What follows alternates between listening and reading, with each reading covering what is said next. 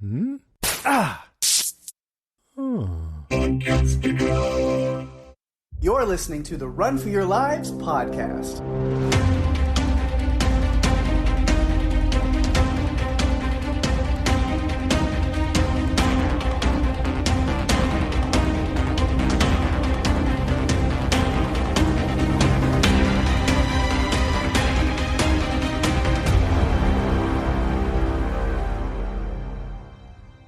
Hey everyone, welcome to the show. I'm Daphne. And I'm Pake. And this is the Run for Your Lives podcast. This episode is the docudrama horror film, The Legend of Boggy Creek, directed by the late Charles B. Pierce and released August 23rd, 1972. 51 years ago. Yeah. We're really going back. We are. Peg, do you want to explain why we're going back this far? Yeah, because this is a very interesting movie as far as, like, it's hard for people to find, so I don't know how many of you found it and have watched it before listening to this. I hope we can kind of open up some stuff for some people with this one. Yeah, it's kind of obscure. Nobody knows what it is really, except for maybe a select few people we've talked to, but it's not very well known. Although, as I'm sure we will talk about, and Daphne has done a little research behind the scenes, it's a lot more, like, iconic and influential than I think a lot of people realize for certain movie makers and writers and things, but we'll talk about those things. But yeah, really the reason is, this episode is dedicated to my dad. I don't know if he'll even listen to this, probably not, but maybe I'll let him know. But yeah, because whenever, 3 years ago now, over that, when we, started this podcast and I told him what we were doing and what kind of movies we were covering, so one of the first things he said is like, well, you obviously my best. Well, you gotta do Legend of Boggy Creek. Cause I watched that movie when I was a kid and it scared me so bad. So, and I'm like, all right, well, I'll give it a shot. And then 3 years later, we still hadn't done it. And he knows, he is at least aware that we haven't covered it yet. Cause, even more recently, at like a family get together, he was like, I was like, oh yeah, I'm recording tonight when I get home and we're doing this. And he was just like, but you still won't do Boggy Creek. So, here it is, Dad. We're doing it. He may be the only one who listens to it. Right. If he does. Although, yeah. No, I think people will listen to it just because of the curiosity. Right. I enjoyed it. We'll talk about this one. It's very different, as I mentioned, like a docudrama. That I didn't know. I knew nothing about this going in, other than my dad either. Enjoyed it, and he probably hasn't seen it since he was younger anyway, and as well. But I knew nothing going in, so I was a little confused at first, where it's just like, it's like a documentary thing where they have like, and it's interesting because it's interviews with real people who lived in Fouke there, and like they're like actual like eyewitness in quotations, because I don't know how much I believe on a lot of things, if I'm being real honest with these kind of situations. I know there are people that do, especially around here. This movie is around here. I looked it up and it's like 2 hours from 2 you. hours. Yeah, I'm 2 hours from Fouke. It's not far at all. So yeah, I'll talk about those things, like the landscapes and like the nature shots at the beginning and stuff. I was like, oh yeah, I've been, not maybe to these exact places. I've never been to Fouke, but it's like, some of it was like in Shreveport area and stuff. I was like, I've been to these places like this. This is, vegetation and animals and scenery that I am very used to. Spent a lot of time as a kid fishing and hunting in these exact places. I know exactly where these are, so it was kind of a nostalgic feel in that way. Yeah, I had a nostalgic feel for different reasons, and we'll get into it. There were just things that were presented in it, and I was like, my gosh, that's how it was in my town. Yeah, so it's interesting because it's like docu style, because it's not a full documentary. As far as they take these accounts, actual interviews, and some of the characters in the movie are played by those real people. They do play themselves and portray themselves. But then some of the bigger storylines, the trailer park fiasco, or the trailer incident, as it's like credited, and the Ford family that takes off like the whole third of the movie, and a lot of those like scenes of like attacks and things, then are actors portraying kind of, oh, I heard about these people. And so it is a little fantastical. It starts off saying it's a true story, and it's like, is it? It's, yeah. you're basing it off of things that people have said, and then you're kind of elaborating or making it a little more fantastical and adding your own elements to it. So it's kind of a fictional documentary that's based on real events, which I don't know how frequent, especially in the 70s, that kind of thing was, but it feels like it was probably a very unique and creative take on a film. It was. And we might as well jump in, and I'll do a few of the production notes, because these items kind of give a little bit of a glimpse into that. So as you mentioned, it was filmed in Fouke. Is it Fouke or Folk? Fouke. Fouke. So it was filmed in Fouke, Arkansas, Shreveport, Louisiana, and Texarkana, Texas. This film mixes staged interviews, as you said, featuring local residents who claim they've encountered the, quote, Fouke monster creature, along with the dramatic reenactments of these encounters, which reminded me a little bit of like Unsolved Mysteries or Forensic Files. This was the first feature-length documentary type movie about a Bigfoot type creature. And it started this trend of films like The Texas Chainsaw Massacre and The Town That Dreaded Sundown, which is one that we should cover. Mm-hmm. It's directed by the late Charles B. Pierce as well. Mm. And it also influenced filmmakers who were behind the Blair Witch Project. Yeah. And I think if you watch this movie, you can kind of see that. Mm-hmm. You can see the connections. So the budget was $160,000. It grossed $20 million at the box office. Man, wow. And if you look at inflation, it would be like $150 million. Mm-hmm. It was 87 minutes long. We're still, despite this film being different than what we've covered before, Pake is still going to bring us a synopsis. Yeah. It's a documentary-style drama about the Fouke monster, a Bigfoot-type creature that has been sighted in and around Fouke, Arkansas since the 1950s. Yes.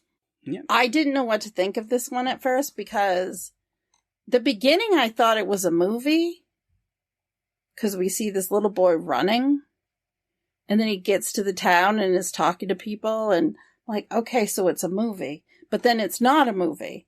No, it's more of a documentary. And yeah, it was different. Yeah. I have to say. A documentary that then like shows footage of this Fouke monster that is clearly like an actor in a suit, that they are, effects and doing these, they're dramatic reenactments. Now, 51 years later, it's really hard at first to take it seriously, because it's like, okay, that's what it looks like. But can you imagine back then seeing this movie? I can understand why people might be scared, because there were some jump scares, and there were, clever filmmaking where you think something's going to happen and it doesn't. And so you get this sense of calm, and then you're going through the rest of the film, and then things will happen.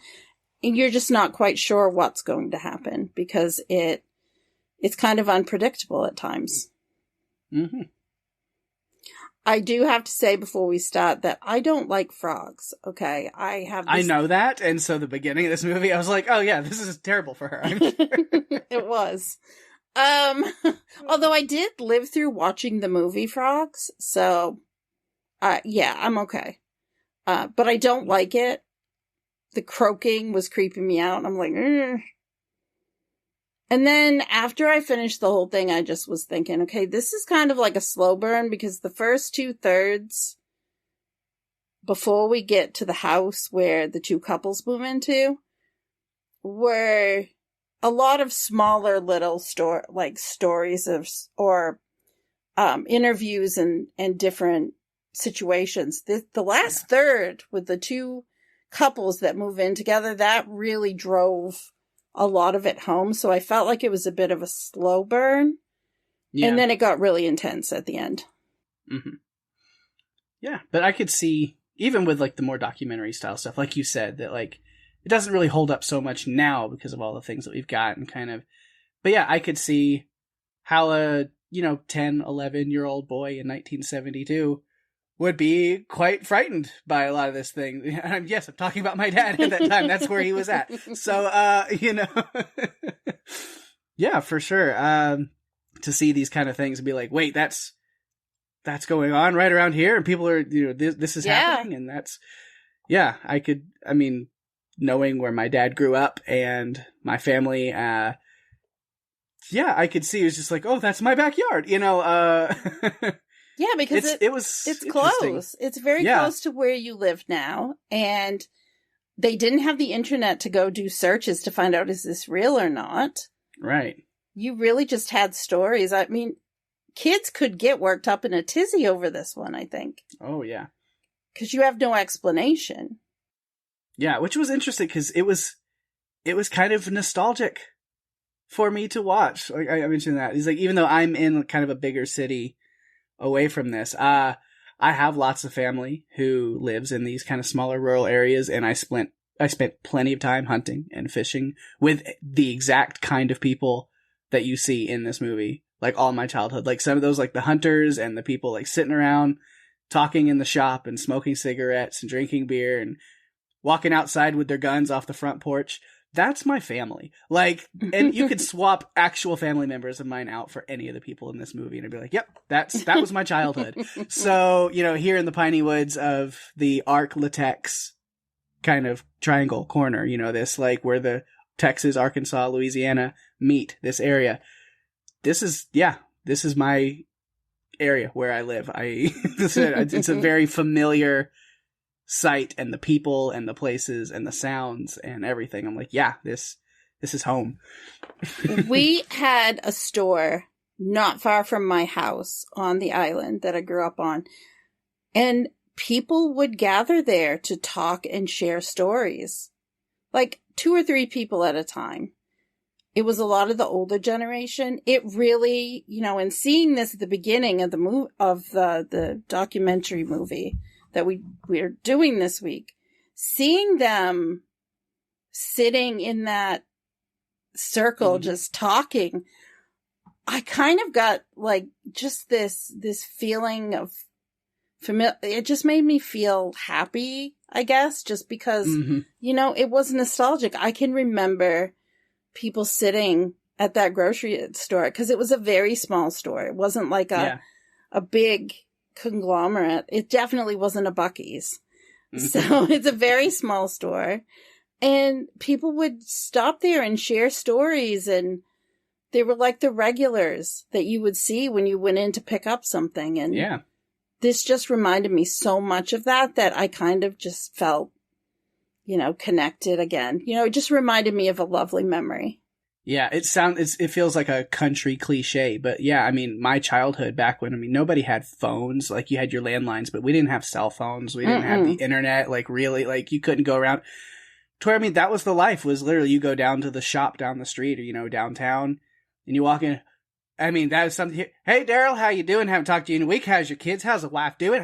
That's what you do, Everyone knows everybody else's name. Yep. The shopkeeper is the keeper of the gossip. Like, they know everything that's going on in the town.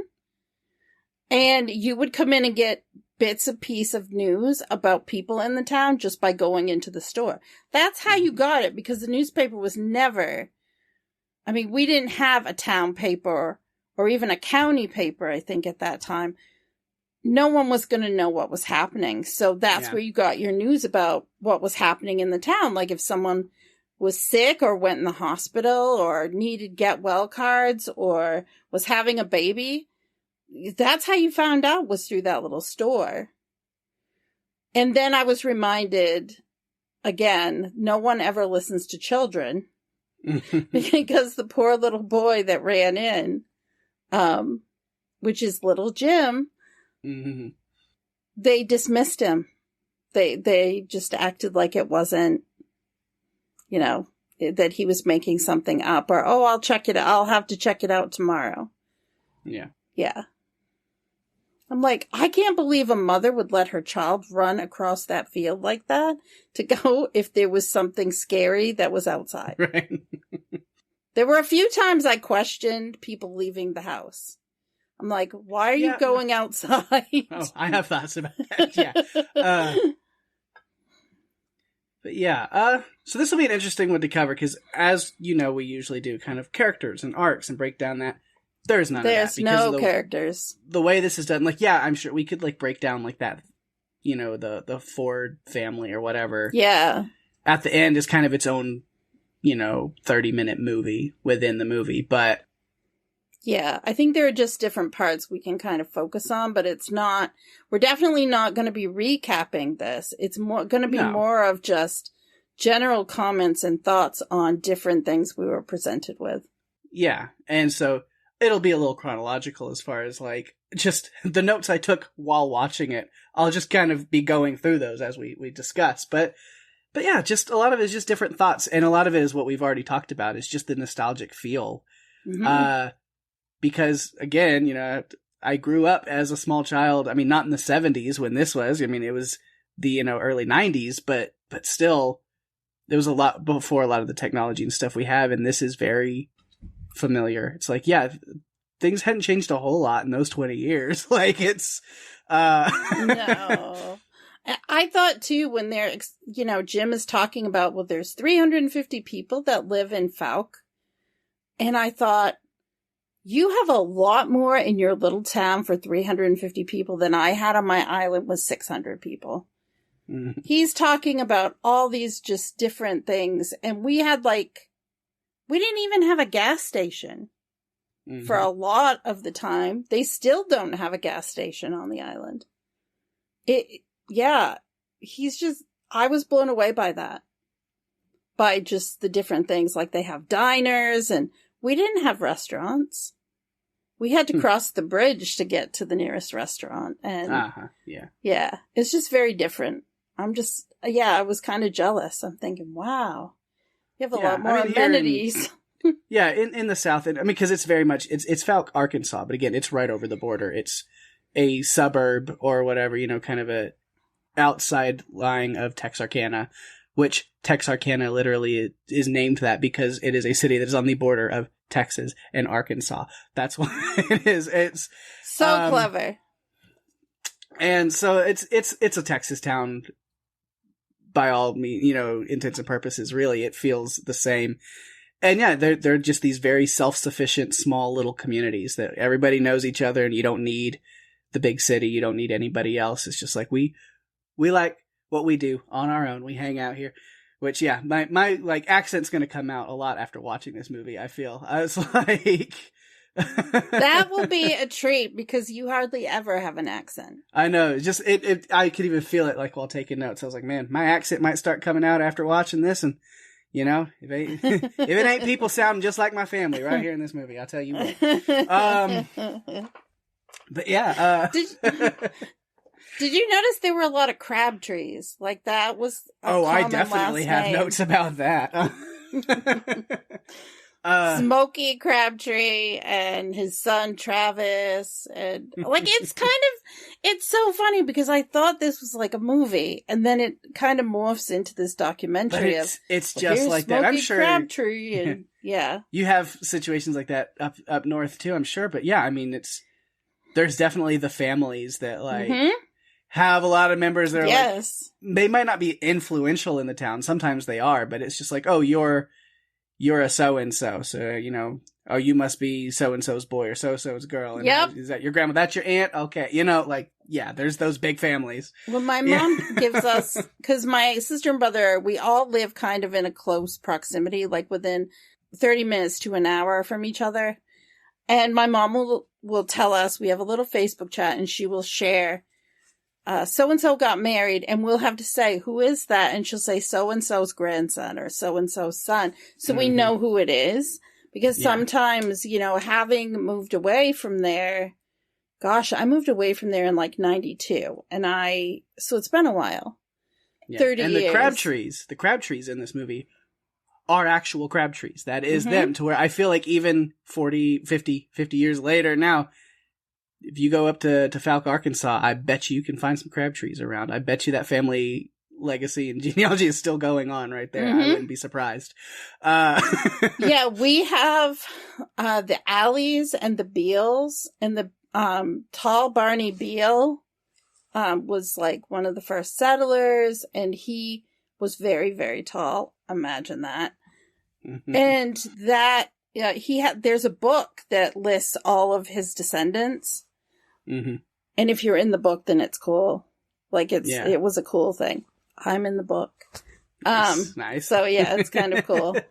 I don't have a copy of it, but yeah, it's kind of cool when you do see it and you see your name in there. It's like, oh yeah.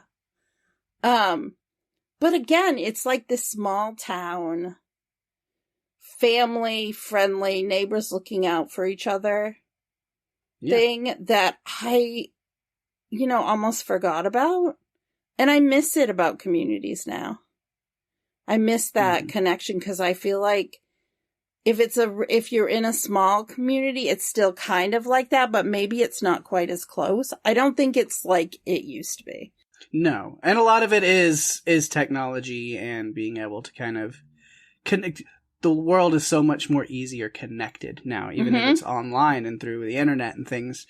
Yeah. But people don't rely on the small town community because people's personal communities have grown so much bigger just through the internet.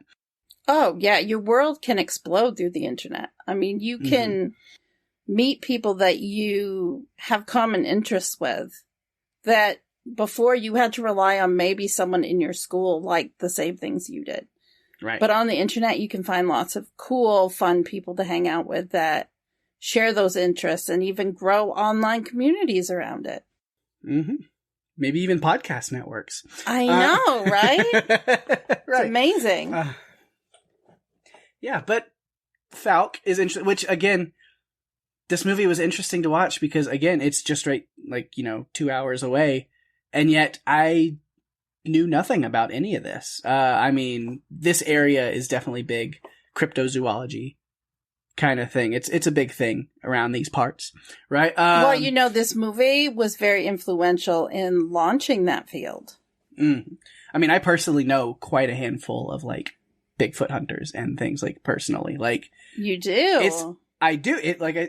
Living in this area, it's a big deal. Cryptozoology is, when you're in these bogs and swamps and creeks and forests and woods, it's just the breeding ground for all of those kind of ideas and thoughts. And like you said, this movie had a lot to do with that.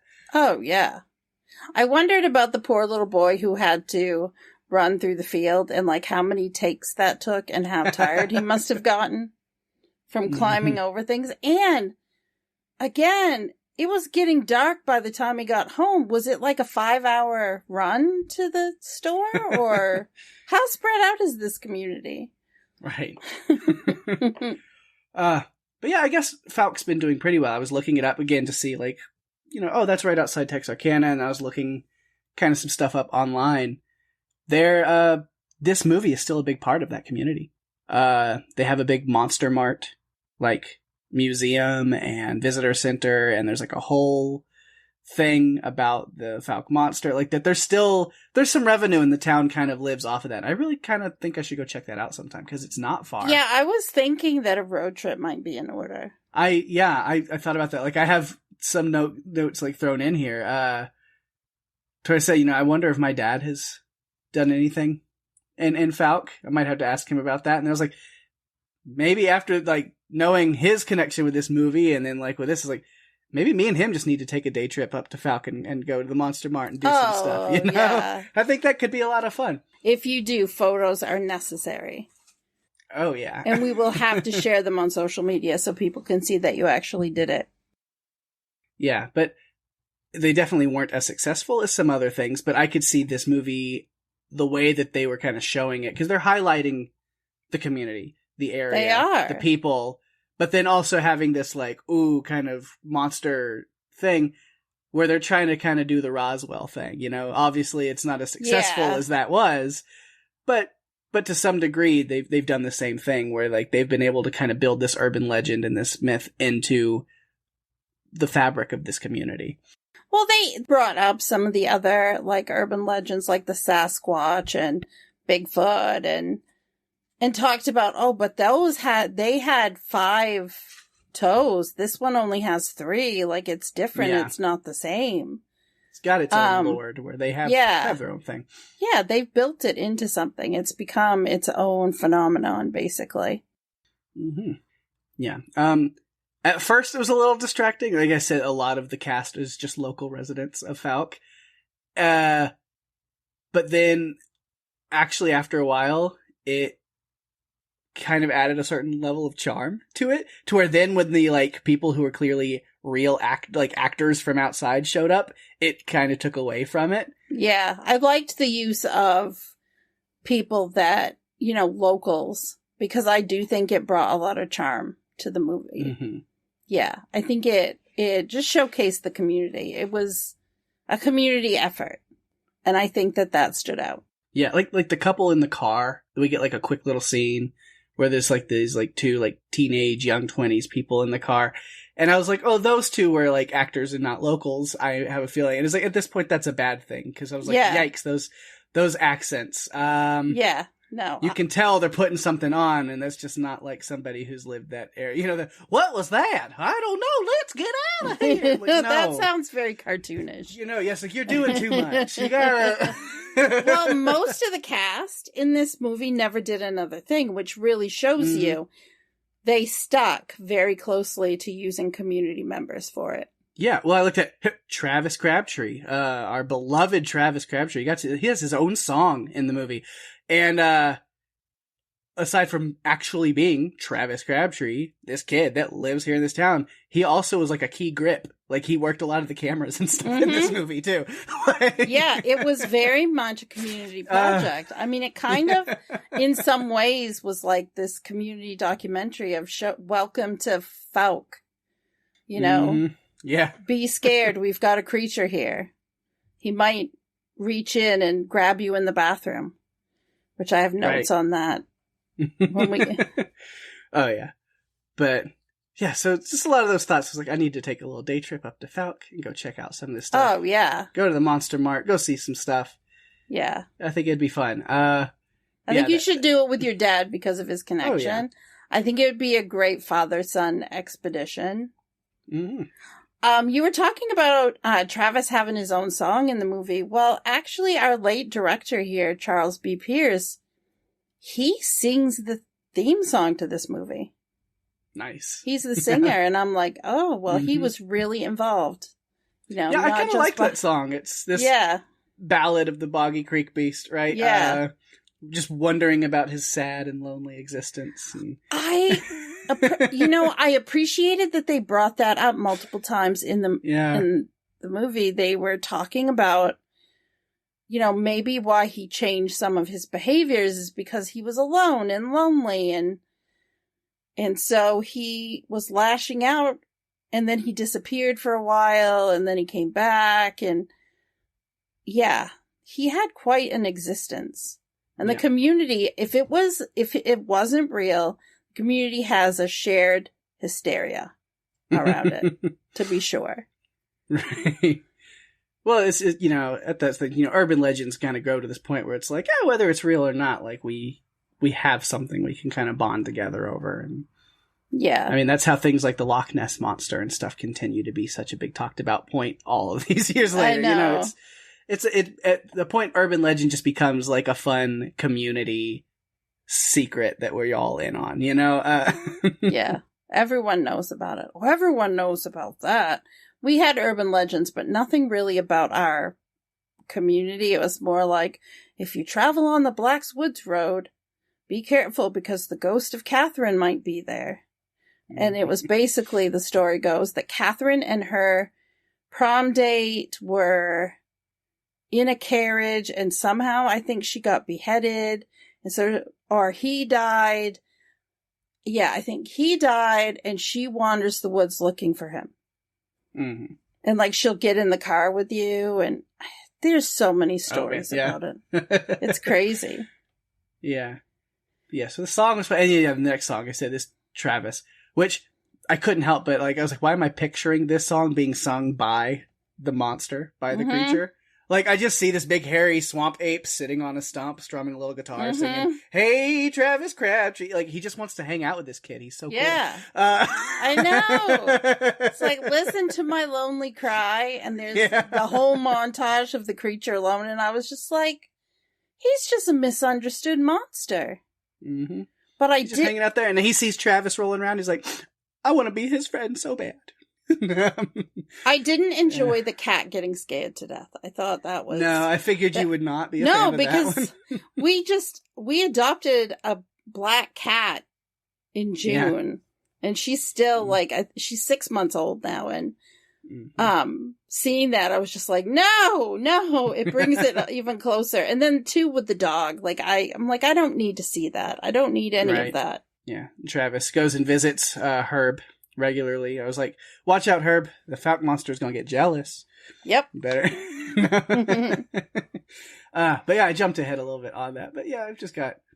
I mean, there's not really jumping ahead too much. There isn't. All over the place. Now, early on, I decided I'm gonna have just enjoy what this is. Because I could let my snarky self go wild on this thing. Like, oh no, a guy in a clunky gorilla costume's awkwardly climbing a hill. What are you gonna do? But it's an old movie, tiny budget. And like I mentioned, it's showcasing a local area with this urban legend. Mm-hmm. And so I respect it. I have a lot of respect for what they're doing here. Well, and I will appreciate the route of a lot of it is, letting what you don't see fuel the tension, especially early on. It kind of, there's more reveal or whatever, and like it gets a little cheesy with the arms and, things at the end. But you gotta ramp it up a little bit. But they didn't have means in much of a way to effects and visuals. They did not have much of a budget. And so they use a lot of sounds and tensions of wondering what could be there to fuel a lot of it, which is always and the camera movement too. Like you think something's coming, then it doesn't come. I tried to think, because your dad had told you that this one really scared him. And so when I went into it, I'm thinking, okay, what scared him? And at first I was like, okay. And then I really started to understand. I think part of it is because it's presented as a true story. Mm-hmm. There's a lot of jump scares and the camera work and the less is more mentality of putting it together. I think really lended to, like you said, a 10 or 11-year-old watching this movie would probably want to sleep with his parents for a while. One thing that stood out to me, I thought was kind of comical, is the dogs. Like these big hunting dogs that are, really smart and well-trained, and they wouldn't go after the creature. And I'm like, it's because the dogs are really smart and they don't want to go after the creature. They don't want to be torn to pieces. No, I'm good. Which, that was funny, though. Like, you get together all the best hunting dogs in Arkansas and Texas, and I'm gonna track this thing down. But then he's like, and we even got some famous ones from Tennessee. I'm like, are there really famous hunting dogs? Maybe it's like, or is it more like, well, this one here is Elvis Presley's dog. He ain't nothing but a hound dog, but he'll get the job done. And over here we got Dolly Parton's Pooch. It's going to be doing some good work. Yeah, no, Daphne, you don't even have to say. You don't have to worry. I'll go full Southern on a lot of this one, especially if I'm talking about quotes and people. Yeah. Wonderful. Mary Beth, could you put something over that window? There's a draft on the baby. Oh my God. I love you and the listeners are more than happy. Because I never get to hear this accent. And so now it's killing me. It's so great because people always talk about me having an accent because I'm from New England. And now it's like, okay, no, Pake is letting it out. And I'm all here for it.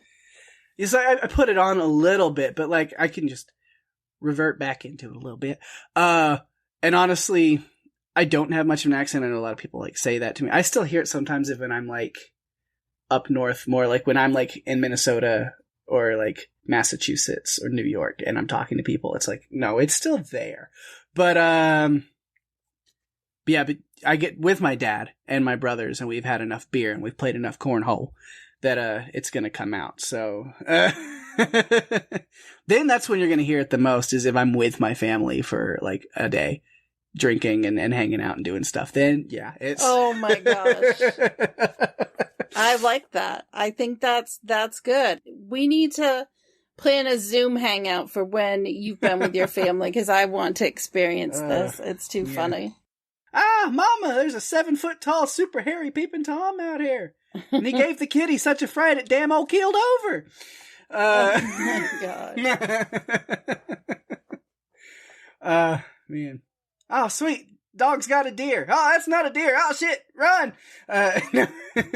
Run for your lives. Yeah. Well, Jim was a bit pissed off because, well, he was disappointed because the dogs didn't do what they were supposed to do. The owners were quite pissed about it. Yeah, I remember him saying that he joined the search, but then I was looking in the group of people walking for the kid from the beginning of the movie, and I was like, oh, you thought I wouldn't notice that Legend of Boggy Creek? Yeah. The 13-year-old that was pointed out from the previous scene, he's there. Yeah. But I don't see little Jim. I don't see. Where was he hiding? Was he in a backpack? Could have been. I have to wonder. He was one of the dogs. Something weird happened. No. Well, it's funny because not long after that, it disappeared for like 8 years. Yeah, we get that where did he go? The narrative was, where did he go? And I was like, well, he was soul searching in the Australian outback, you know, on a walkabout to figure out how he could better connect to the humans in his swampy homeland. Yeah. That or Jeremy, probably Crabtree, lost his gorilla suit. Could be. Could be. Because here in Falk, Arkansas, everyone's a Crabtree. Yep.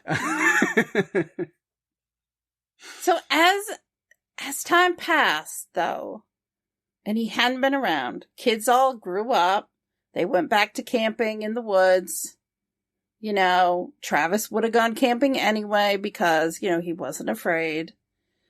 Mm-hmm. And then I was such a cool kid. The Falk Monster wants to be his friend so bad. I started to wonder, am I watching it? And this is something that comes back every 8 years? Like, because he disappeared for 8 years. And I'm like, I don't know. Yeah. Which, it is fun that, like, the narrator was talking about the, you know, the loneliness and aspect of, like, before that. Because I even made a joke. I was like, anytime someone sees this monster, it's always standing still or slowly walking at a bit of a distance. I was like, maybe it's just saying hello and wants to be friends. You know, oh, I see you guys hunting and fishing and riding around out here, and I'd sure love to join you. Hey, kid, it's some nice weather out here. Oh my God, why are you shooting at me? Or, you know, excuse me, sir, your horse came right out from under you. And, no, it's that way. You're going the wrong way to get your horse, sir.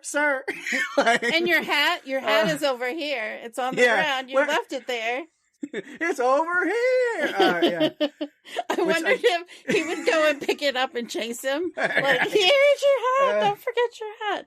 Which I like made that joke as a note, and then the narrator immediately turns around and says, like, and he wasn't harming anyone, and we're the people here. We're the ones that immediately resorted to violence. And I'm like, yeah, even he's pointing that out. Because always that's what we do, and I liked that it was pointed out because this is what always happens. We always, whatever is new and different, we want to kill it. Mm-hmm. You know, it's just what happens. It's every movie that we cover that involves anything like that. It's like, nope, we got to kill it. We don't understand it. It's got to go. Yeah.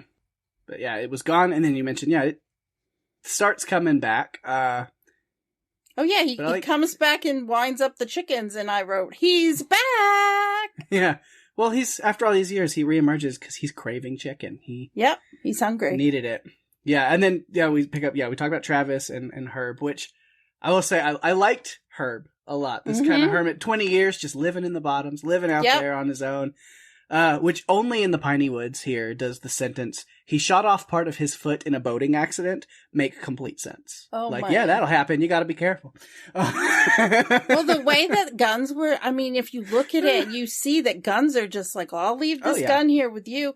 Like, there's no big question thought about it. It's like, no, you need this gun, so sheriff's gonna leave you the gun, and oh yeah, here in East Texas, Arkansas, Louisiana area, it's still like that in a lot, where it's just like, no, you have a gun to protect yourself. My dad has so many guns. Now he's got a really awesome safe and stuff, especially when my niece was born, when he had a grandchild, then like everything gets locked up real Yeah. good. And then when we were little, they definitely were, but like once we were old enough, we didn't know better. And it's like, there's guns all over my dad's house because it's just what it is. It's just like, it's a Southern thing, which is like, people are going to break in every day and we don't have them. So we better, it's like, no, nothing happens.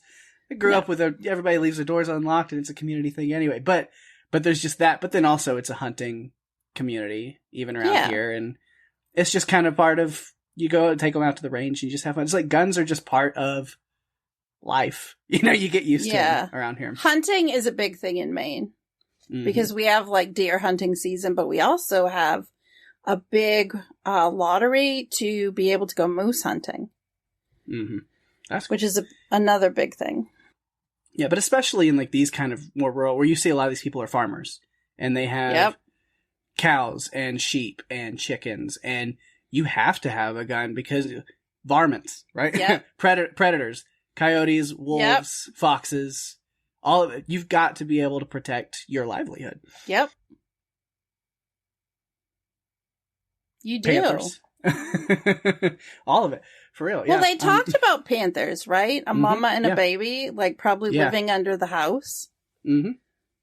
That was part of just wild. Mm-hmm. Man, panthers? Never seen one. They're very reclusive. They don't get around people. They don't like to be around people. I've heard them at night. It's terrifying. They make a horrifying sound. As horrifying as what we heard from the folk monster or the worse. Folk monster? Worse. Which is probably why, like, a lot of these, like, especially back then, the 50s and stuff, like, again, you can't go online and be like, oh, are there panthers or the black panthers and stuff living in my area, and be like, yes, and here's what they Google what sound they make. You can do that now, but I can imagine in the 50s, like I said, they're very like reclusive and don't go around people. They're very skittish. They don't deal with people. So you could go your whole life never seeing one and not knowing that they're actually native to this area. And then you go out to let your dog out one night and you're hearing them out there in the woods. It sounds horrifying and you don't know what that is. So I think that's how a lot of these things get started, is just by animals that are just natural to the habitat that you don't see making their sounds, and you kind of just run with it. Reminding you that they're out there. Mm-hmm. I think that's really is what's going on. Yeah, Herb's not like, he's the one in the movie, like with the interview, he's like, Falcon Monster? No, nonsense.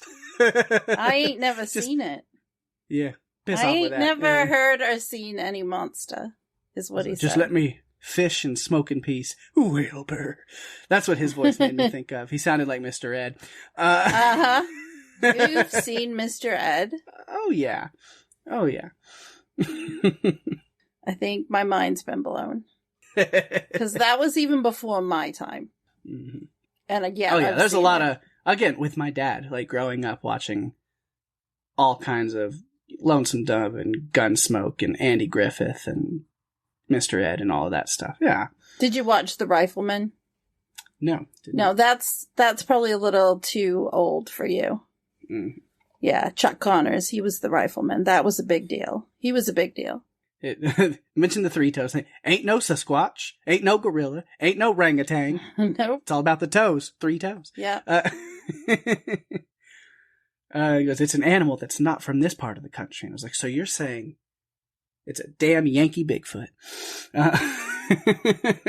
Yep. But yeah, I just have a lot of thoughts like these like random scenes that then I started getting a little snarky, not with the movie itself, but just some of the like, just takes you back just seeing just like the ridiculous things that they said. Grandpa! It's like, be quiet or you'll wake up your grandpa. It's like, I think that's their plan. That's their goal by them shouting grandpa over and over.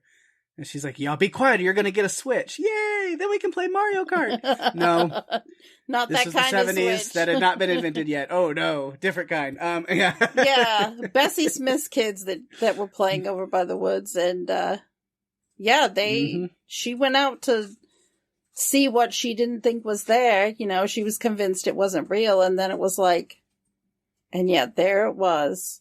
Yeah, and he's like, I told them kids to go get their mama so I could get her permission to play with them because I'm a respectful monster. And then they all screamed at me and the mama ran away real awkward like, and it hurt my feelings deeply. I thought maybe the community is having the same fever dream like they did in It, where no one knew it was, they all knew it was there, but they didn't know. I don't know. I connected it with It again. Like, yeah. All the adults think it's not real, but the kids know it is. Yeah. Yeah. We get the trailer incident, which I think a lot of, like, those girls were playing different names, different things, but I think it's still a lot of the cast was, like, high schoolers. Yeah. In Falk. They just hired. Yeah. Like, I think even, like, I don't know for sure, but, like, the young married couples at the end, I was like, I think the wives in those families are, like, 16, 17 years old. Like, yeah. I'm pretty sure. It's just took the high schoolers and cast them in here. But, you know, that's where the Falk Monster gets all up. You know, hey, girls, y'all in here talking about boys and drinking Cokes? Count me in. Let's dish. It's just like, that's the wind. It sounds like growling when it blows through these trees. And then they look at it, I was like, oh, wait, no, it's just Elon Crabtree practicing his death metal vocals.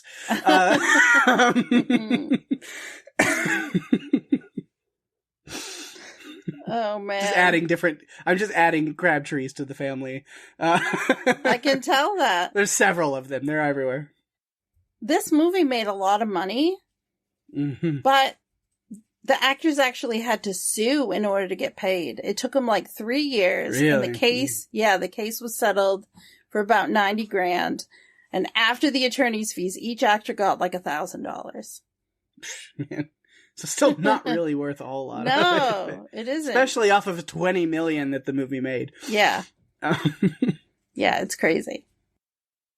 Yeah, it says at the trailer, and then he was like, he's on a rampage, baby. Smashing flower pots and hugging puppies. She got the Cokes out of the fridge in the glass bottles. Let's have a Coke. And they were sitting around rolling their hair, which no girls do that, like now, obviously. But yeah, it's been a long time since people did that. But it was cool, though, to see how simple it was. And they were even talking about, oh, your hair looks cute. And then the boyfriend was unhappy because he liked it long. And they're like, well, he doesn't know anything anyway. And I'm just like, that's back when things were very simple and not as complicated as they are now. Mm-hmm. It was very simple, like, dialogue that just, it felt natural. It was like, yeah, that's just simple Southern living, or not even Southern, that's just simple 70s living. American living, you know? It's simple living.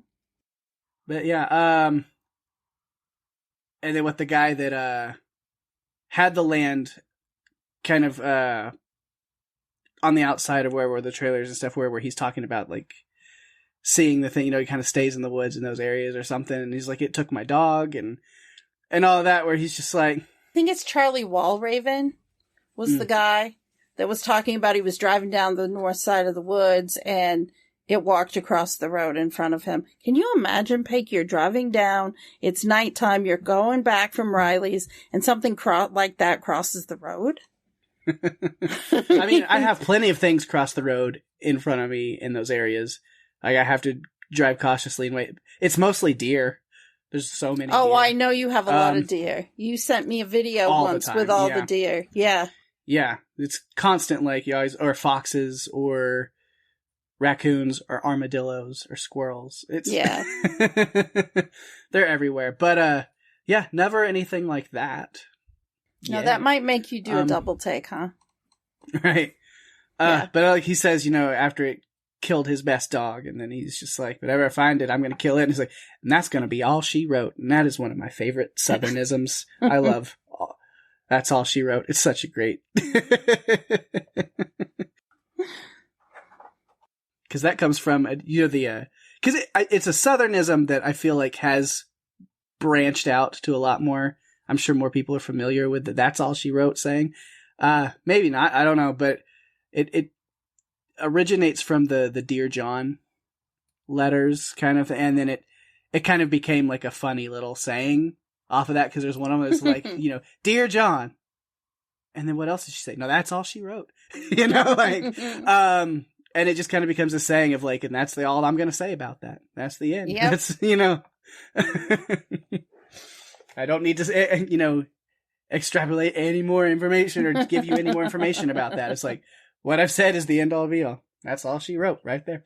No more information. And you know what? After the trailer incident, we get to the big, you know, final third of the movie where it kind of shifts. Yeah. And the Falk monster becomes something a little more menacing. Yeah. I thought I had a really great idea, and then the movie did it. Because I figured it was going to be just another small, like, piece, and then they would move on to a different story. But, like, they explain the families, and they see the cars pulling up. And I was like, this feels like the start of an entire movie on its own, a different movie. Yes, it does. And so then I was like, oh, I'm going to write that down. I'm going to start writing a script. And then it's like, never mind. They did. That was the rest of the movie, really. They did stick with that one story for a while, so they did it. So I'm like, but I could make like a full 1.5, 2-hour movie out of just this. You know? Maybe I'll still write that script. You know, they thought it would be a nice countryside family affair. And then all their plans got royally falked. You know? Yeah, I see what you did there. Uh-huh. I wondered, why didn't you research this before? Why would you just move to a house in a town that you don't know anything about? I just don't understand. I mean, well, I understand what Don and Charlie or something, the two husbands, they got a job working a ranch. Which that's very common, around here. Like those things, is, you know, you kind of just, your ranch hands, you pick up, you know, you're like, I'm going to be there all day, all night sometimes, and it's like, you just kind of move everything somewhere nearby, and it's almost like a live-on where you kind of go home to your family every now and then.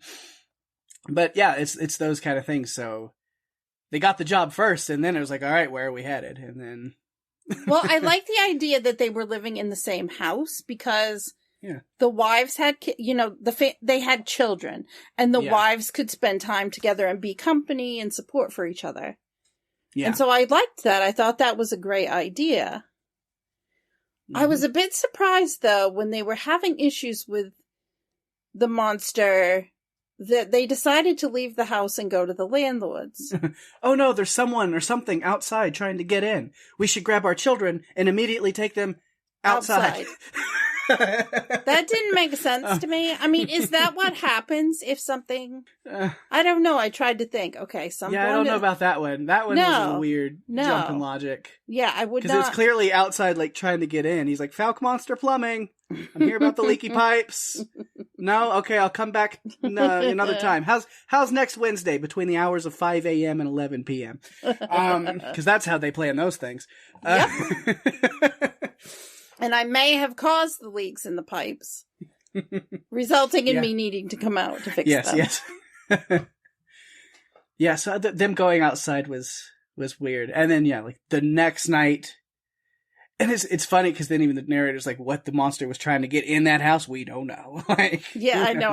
That was so funny. And they also... That's when they talk about the panther was living under the house. Mm-hmm. And, at one point, I think it's the next night, that the husbands actually do come home. And then everyone's talking at once, and it's kind of overwhelming them. It's like, you're talking all at once, and they couldn't really understand what was going on. Yeah, well, we have Bobby, which was, the brother of one of them, and then, like, a cousin or something. Yes. Bobby and Corky, the kid. It's like, you know, they might have better luck fishing in a spot that's not, you know, not even a foot deep. Maybe they should try better spots. And so that's why I wonder, like, when the Falcon Monster shows up that night, he's like, hey fellas, I'm sorry to bother you. I'm a little shy, but I was wondering if you wanted to come fishing with me. I know a spot that's not, like, really dumb, like you guys were trying earlier. And then, like, they're like, oh, I think I heard a car. And it's like, oh no, the monster's driving away. No. But it's the other guys showing up, and as you said, they're all talking at the same time, and Corky, he just can't believe what happened. He can't believe what happened. He just cannot believe what happened. He can't believe that kid just kept repeating that one line over and over again. It's like, that's what he was told to say, and he nailed it. He got that line a lot. Well, the creature's like putting his hand through the windows, and that's where you can really tell it looks like a gorilla suit. Yeah. Something came through the window and touched me, and it was long and hairy. Oh my god, that's disgusting. No, calm down, it was just an arm. And then the guys went out and shot him. Maybe. No, not really. Well, we don't know if we really did that or not.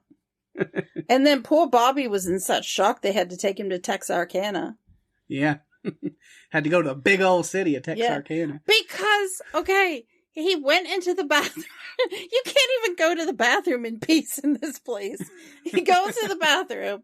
He's sitting on the toilet, and the creature's like breaking through the window, and he can't even get his pants hauled up fast enough when he's running out of the bathroom. Well, see, when he runs out of the bathroom, his pants are fully on. So that's what I'm wondering. It's like, again, the monster's just trying to be friendly. He's like, I'm sorry to scare you guys. I was checking to make sure Bobby here was okay, because he was about to poop with his pants on. And I wanted to make sure he was mentally okay. I wanted to save him from a real embarrassing situation.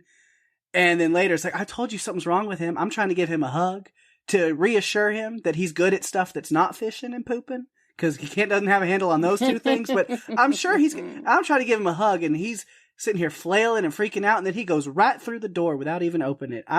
Y'all need to check on that boy. He ain't right. Oh, man. So basically, the Falcon Monster's getting a little more brazen. He's doing things, like breaking through windows and everything, creeping and being more than just a creeper. He's basically breaking into everything. Yeah, I mean, who cares about the panthers that are under the house? There's nobody. A big hairy beast turning doorknobs and reaching through windows. Yep. Annie, get your gun and go to bed. Yep.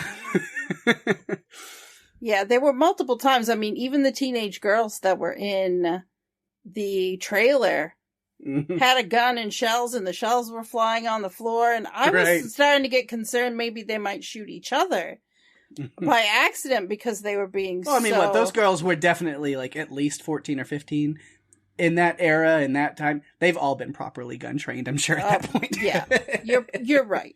That's true. At that age, you should know how to handle a firearm. Okay. How many guns have you shot? Several. A lot. Yeah. Me too. I have two. That might surprise you. Yeah, I have, actually. And I learned how to make bullets. Like shells, like with powder and stuff. I had an old high school boyfriend. Cool. But yeah, the family got the hell out of there. Obviously. Yeah, it's like once he came down from his shop. And then it just kind of ends again with the narrator of Jim going back and being like, here's my abandoned house, and everything was creepy, and it's like there's some kind of like good memories of like, I lived my life as a kid scared to death, and I kind of miss it. Like, what is... Is it crazy that I thought maybe the monster was in the house looking at him through the window at one point? That's maybe what he's thought. watching me from somewhere. I'm in the bathroom! Oh, God. Here yeah. I'm in here with Bobby. I'm teaching him how to do it correctly. Oh, man. Oh, gosh. The thing is, there are 2 sequels to this movie. Yeah. One in 77, which was not directed by Pierce, and then one in 84, which is the actual Boggy Creek 2 movie. Yeah, which I know nothing about, other than like the cover poster for it. Looks like there's like a baby one. Like there's like a son of the Falcon Monster now. Like it's got a child. I'm not sure how I feel about that. I don't know about that. Although I am planning on watching that movie after we're done recording this. But in a different way. Because Mystery Science Theater 3000 covered Boggy Creek 2. And I'm going to watch the MST3K version. Yes. Probably tonight after this. I really wish they had done this one just because I want to hear their commentary, right? Yeah. But yeah. But what I really ended this movie with was this kind of fascination with something that's just 2 hours away from me that I really didn't know anything about. And I think I really definitely want to plan a day trip to Falk. I think you have to. Need to make that happen. It's not that far. Like it's 2 hours. You can get there. Yeah. Have some fun. Take some pictures. Get immersed in the whole world of Boggy Creek and then come home and leave it. and leave it behind. Maybe me and Riley go hang out at the Monster Mart for a little while. Oh my gosh. I wonder what Riley would think of it. I don't know. They also... Yeah, maybe with my dad for sure. Because I think there's like a little museum and like a restaurant up there and a bunch of different things. So. You have to do it. That has to happen. You need to get that on the calendar. Maybe Halloween or around Halloween is a good time to do it. If you think about it. I don't know. Maybe it's like going to Salem in October. Mm-hmm. That sounds like a really fun thing. It'd be really cool to do that. I wonder if I could plan that. Wouldn't it? Maybe. We might be doing that. We just might. We might be doing that very soon. Little less than a month. They also did a remake the of this. weekend before Halloween weekend. We will be... I'm just like, we were hinting at it. It's like, no, but like, just in case we have listeners in the area who do listen to this, if you're in the area of Salem, the weekend before Halloween's like the 21st, 22nd, 20th, 21st, something like that. Whatever that weekend is. That's Sunday. We will be going to Salem. Salem. So if you want to meet up with us, let us know. I don't know if we have a lot of listeners that are in that area, but maybe. Yeah, we're going to be there. It's going to be a lot of fun. So there was a remake of this movie in 2010.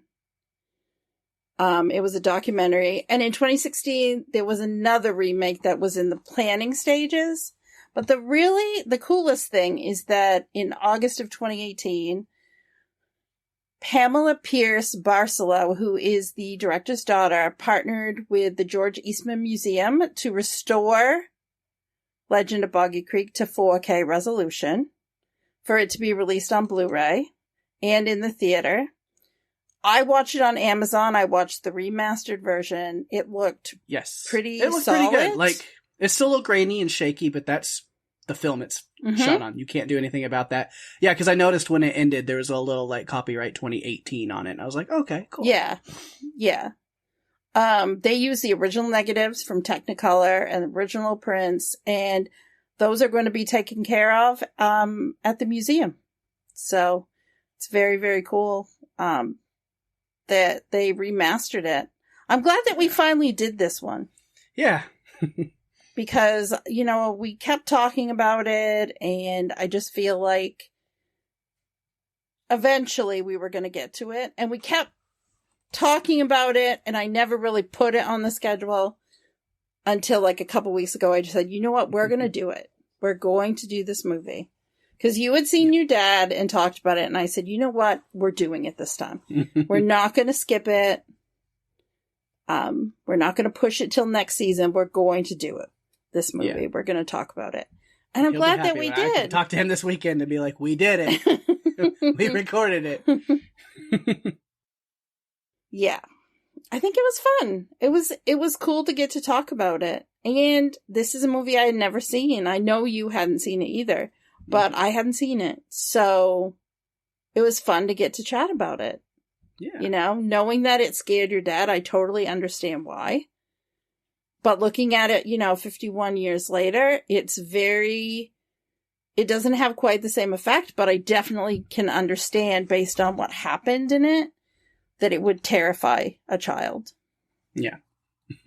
Sure. But yeah, we did it. We talked about it. Again, just kind of talking through it. Not a lot of like arcs or points, but that's fine. No. It was something different, and that's fun. I think a lot of it was just kind of talking about some like personal like childhood stuff. And, reminiscing and nostalgia. Yeah. It's funny that like a weird like documentary style horror film can bring up so much nostalgia for simpler times. I know. I know. That's what I liked about it though. I like that we got to kind of reminisce and share stories about our childhoods a little bit more. Because we don't always get to do that. So it's cool to get to do that. It's cool. So hopefully other people have checked this out, listened in, or give some thoughts on some of those things. And as I'm saying that, there goes the feedback. Oh my goodness. We'll have to see. Some people called in. All right. And since it's the Legend of Boggy Creek, of course, we have 700 million feedback. What? No? No. We have, I read that wrong.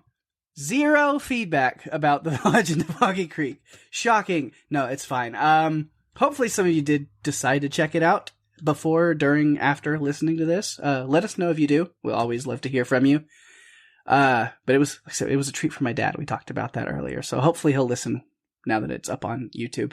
I hope so. I really hope that he enjoys listening to us talk about that one, because it was, it was a blast. This episode, it was just a ton of fun. Yeah. But the feedback phone did go off, so I did answer it. And we do have one thing. It's a little bit of a late feedback for the Meg 2 coming from our buddy Randy. So we will do that one. He said, enjoyed your coverage of this movie. The shot from inside the shark's mouth also reminded me of Nope. Those scenes were the scariest scenes in both movies. Just imagining suffocating, being digested, or slowly crushed inside of something is terrifying. That scene also shows, despite what Statham wanted, why the movie would have more blood in it. A Meg is too big to tear humans apart. You're just gonna get swallowed. That is true, Randy. Thanks for pointing that out. If you would like to submit your feedback, you can find us on Facebook and Instagram at Run For Your Lives Podcast. You can tweet at us or post a message to us on X at RFYL Podcast. You can email us at runforyourlivespodcast@gmail.com. And if you're enjoying the show, tell your friends. We are available on Spotify, Apple Podcasts, Stitcher, pretty much all other podcast players, including YouTube. Go to runforyourlivespodcast.com for all the links you'll ever need, and give us a review on Apple Podcasts, as that is the best way to share the love and get us out there even more. We really appreciate it. Absolutely do. Appreciate it a lot. And of course, talking about sharing the love, got to give some shout outs to things going on in the podcast universe around us. Feel like I'm a broken record at this point. My other podcast, Strange Indeed, still on hiatus, but coming up quickly, because we are, as you're listening to this, rolling into October this weekend. So it's coming closer. October 12th is when Netflix is dropping all the episodes of The Fall of the House of Usher, and we should be jumping on it soon. We might come in a week or so late. I don't know. Because even like that weekend that it drops, when I usually would cover the first episode, I'm going to be at a music festival that weekend, and then we're all hanging out in like Boston the next whole week and weekend. So might affect the recording, cycle there a little bit, but back end of October, I promise we will be diving into the Flaniverse over there, and I'm excited to do it. We'll keep you updated as to when we're actually recording and releasing stuff, once we even know, because we don't even know. We're just flying by. We're just improvising as we go. But lots of other great podcast stuff for you to check out that is there right now. Of course, the Lokiverse is getting ready, because Loki Season 2 starts next week, and I'm also super excited for that over on Disney+.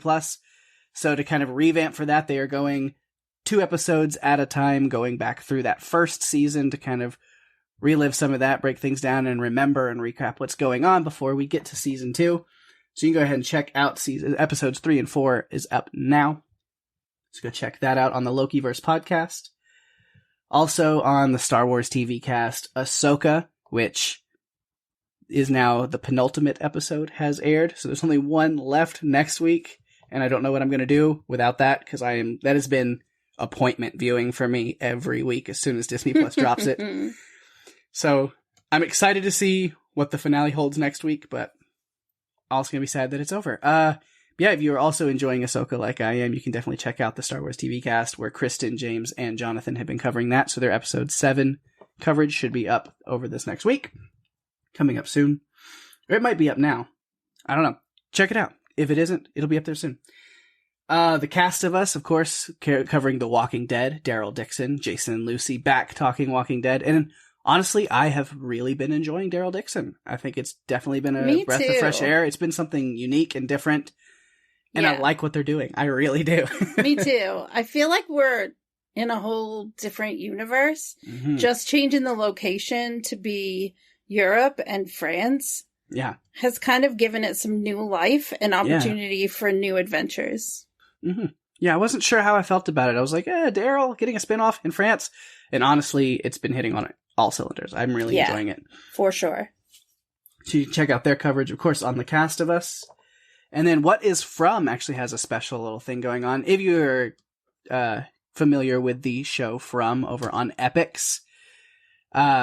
Even though, yeah, it's still between seasons, no word on when season 3 is supposed to be happening. But Alex and Liz over there like to do their crayon coloring contests with the fans, and you can win some really cool From swag. So definitely, check that out. And so they've got winners and stuff for that contest posted on an episode this week. So if you took part of that, or if you're interested in that and want to know how to get involved in the next one for the next season, definitely check that out. Wheel of Time, still going with Greg and Veronica covering episode 5 this week. That is the Amazon Prime show, Wheel of Time. So if you're checking that out, make sure to check out the podcast as well. Welcome to the White Lotus is back in action. They took a little break a couple of weeks after finishing season 2. Now they're going to start, finishing season 1, about to start going through season 2. So episode 2, it will be up this weekend, or is up this week now to listen to. Jason, Jenny, and Randy covering White Lotus. Still slaying the new Buffy podcast, the Buffyverse podcast here to Podcastica, picking out some Buffyverse episodes they really like, that being Penny and Kara, and they're diving through those. So season 2, episode 11, Ted, is their choice for this week. So if you're a Buffy fan, maybe you know that episode well and you want to check out their coverage of it. Well, that episode is well known for a few reasons, but one being John Ritter was on that episode. Ah, nice. Yeah. I am not versed in Buffy at all. Never seen a single episode of any of it. I think it's one that you can add to your list. Your very long list of with shows the other 20 shows I'm trying to juggle and watch at the same time right now. Yes. Yeah. Uh-huh. Yes, absolutely. Why not? TV's so good. What can I say? Speaking of really good TV, it only ended this year, but we're coming right back, the Revisited podcast, starting up their journey with, I almost said Wrexham, but no. Starting up their journey with Richmond AFC, with Ted Lasso, as they are the pilot episode. Season 1, episode 1 is the episode they just put up. So yeah, we're starting this journey with Ted Lasso. I'm excited for that. It's such a great show, and a rewatch, having seen the whole series, going to be great. So definitely amazing. Give Ben and Kristen some love over on Revisited. And then I think we talked about this last week, but it just released this week, released yesterday. So of course you with Penny, Jenny, Lucy all got together on the Yellow Jackets WTF podcast, talk about Alive. Yeah, it was so much fun. I'm glad that it's out there now so people can listen to it, because it was cool to revisit a movie that I really got into in the 90s and learned a lot about the backstory too. So it was fun to be able to talk about it. Nice. And then outside of Podcastica, we always make sure to give some love to TV podcast industries, because those guys are the workhorse podcasters, always doing some great stuff, watching all the TV and talking about it. So of course right now they've got Ahsoka, Wheel of Time, and they will be kicking up with the new The Boys Gen V, also on Amazon Prime very soon. So stay tuned for that and listen to their amazing coverage of the shows that they're doing. Always a good time. But for this podcast right here, Run for Your Lives, there's something we haven't done this season yet. So maybe it's time. So if they come back next week, they might get a little something fun. What are we doing? Well, you didn't think we were going to get through this entire season without doing a double dip, did you? That would be very unlike us. So, when a family moves to a rural Maine town, they get more than they bargained for, with a mysterious pathway to a mystical resurrection. What happens when you learn sometimes dead is better? Based on a novel of the same name by Stephen King, we are going to be talking about the 1989 film Pet Sematary, was directed by Mary Lambert, and stars Dale Midkiff, Denise Crosby, and the amazing Fred Gwynne. We're going to have a lot to talk about in this, the first part of our double dip. Come back and check it out. And let us know what you thought. Yes, the 89 original. We'll be doing the 2019 after that, the remake. It's Pet Sematary, double dip time to kind of close the season out, the last few movies. You know what's cool is we'll have Pet Sematary 89, Pet Sematary 2019, the final film in the Tremors franchise, and then our Look Back special. Very, very special Look Back special. Yes, incredibly special. Mm-hmm. incredibly special.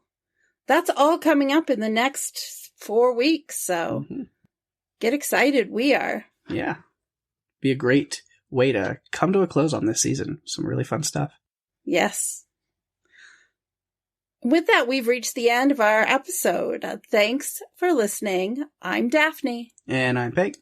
And if you have to run, you better run for your lives. Bye-bye.